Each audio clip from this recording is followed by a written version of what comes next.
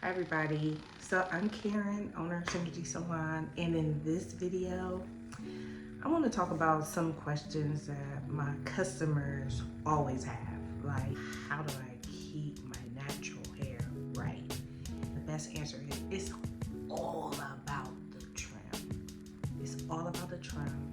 It's all about them ends. It's not about the products. It is about the products, but if the ends aren't right, nothing is right. Handy dandy brush. I already detangled my hair in the shower, so that's why it's so easy to comb through. I always start with my Reset Leave-In Conditioner. Even though I detangle my hair first, this always makes it softer and easier to detangle. I always like to brush the product through just to make sure that the hair is evenly saturated, because it's so much hair. I don't want some parts to. So next I use the glaze. The glaze is always good to coat the hair, gives it a longer hold, defines the curls. The glaze is optional. And in one season you may need the glaze, and in one season you may think that the glaze is not necessary. Next is the mousse. So I use the mousse on top.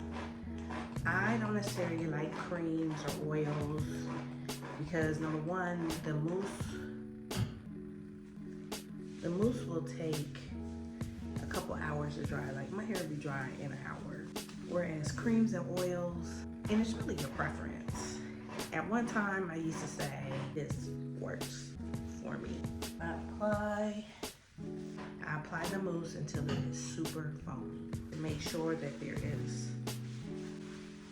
I want to make sure that there is product on every single strand of hair. See how I'm mushing it through? Okay, so I want to talk about the shape.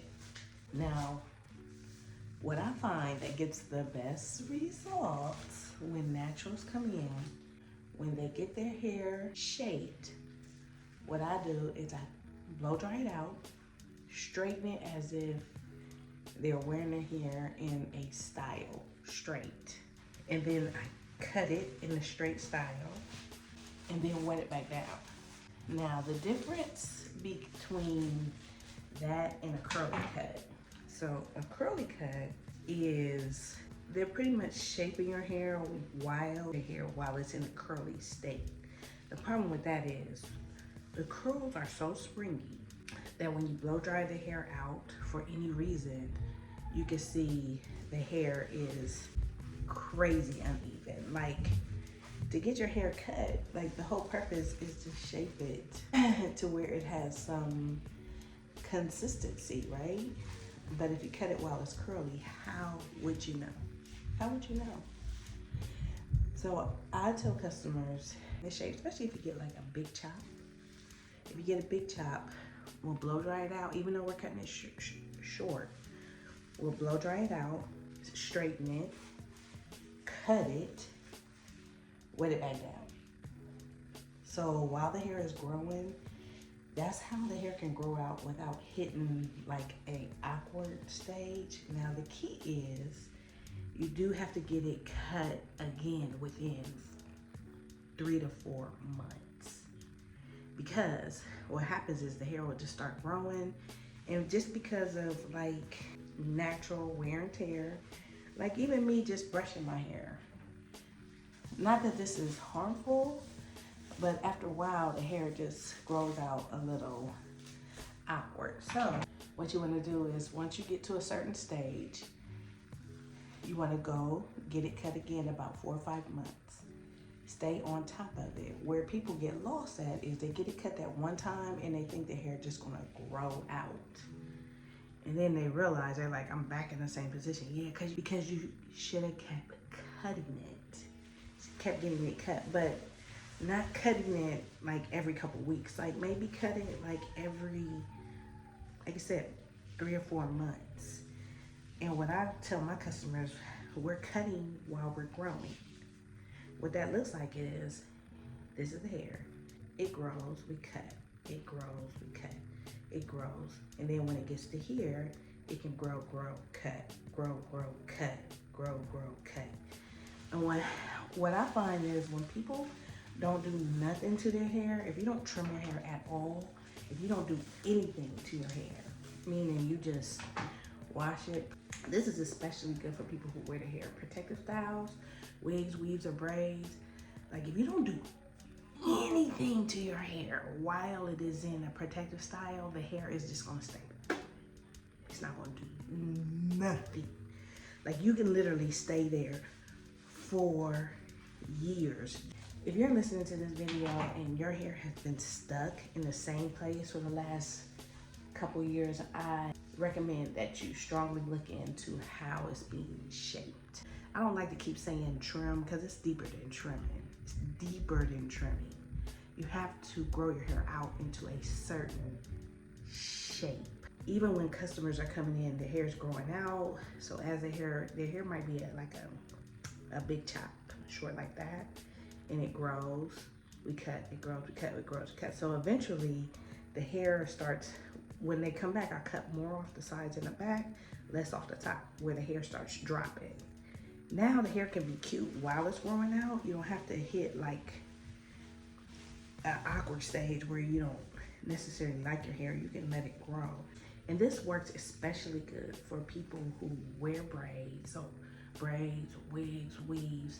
So if you know in the summertime that you are going to keep your hair braided for the majority of the summer, I recommend that you go and get your hair cut down like I recommend. Get it cut down before you put it in the braids. When you take your braids out, I'm telling you, you are going to be amazed, especially if it's cut right, amazed at what the hair, how the hair feels, how much the hair has grown. But you have to cut it down to a point where you can see a difference. So if you're trying to get rid of straight pieces, I recommend that you cut the straight pieces off, cut it down before you get your hair braided, then braid your hair out. That's when you start seeing your hair taking a turn. Because people take their hair down and then they're like, my hair hasn't changed. Because you didn't do nothing. You have to do something. And I strongly recommend that before you cut your hair down, take pictures.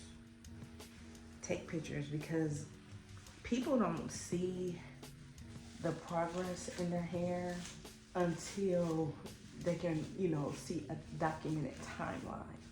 Actually, that's what I talk about in the journal and in the book, is keep a documented timeline, and that's where you'll see the true progress. Because sometimes people don't see their hair progressing, so they think their hair is not doing anything, so they're not, they think it's not working. So I definitely recommend that in the book, The Gray Hair Restart, in the Gray Hair Restart journal, that it's a place where you can document your pictures, document your haircuts, know when you got your last haircut, because I'm always asking people like, when did you get your last haircut? When did this? You want your hair grow, you gotta kind of have a reference so that you can know whether your hair is making progress. Okay guys, so this is my hair. Like, it'll take about an hour for it to dry. Also, like with the cut, so see how my curls are consistent from the root all the way to the ends? That's what you want. You want your curl pattern to be consistent. And while you're cutting the ends, as you're making new hair, you're getting rid of the old hair to make room for the new hair. If you're not making room for new hair, then the hair is just gonna be stuck. All right, so thank you for watching. Hopefully this gives you a little understanding about why trimming or shaping is important. Can you please leave a comment. Let me know about your shaping experience, if you did anything, so that you can share with the audience on what you did, so we can all learn together. Thanks for watching. Make sure that you like, share, leave a comment. All right, have a good day.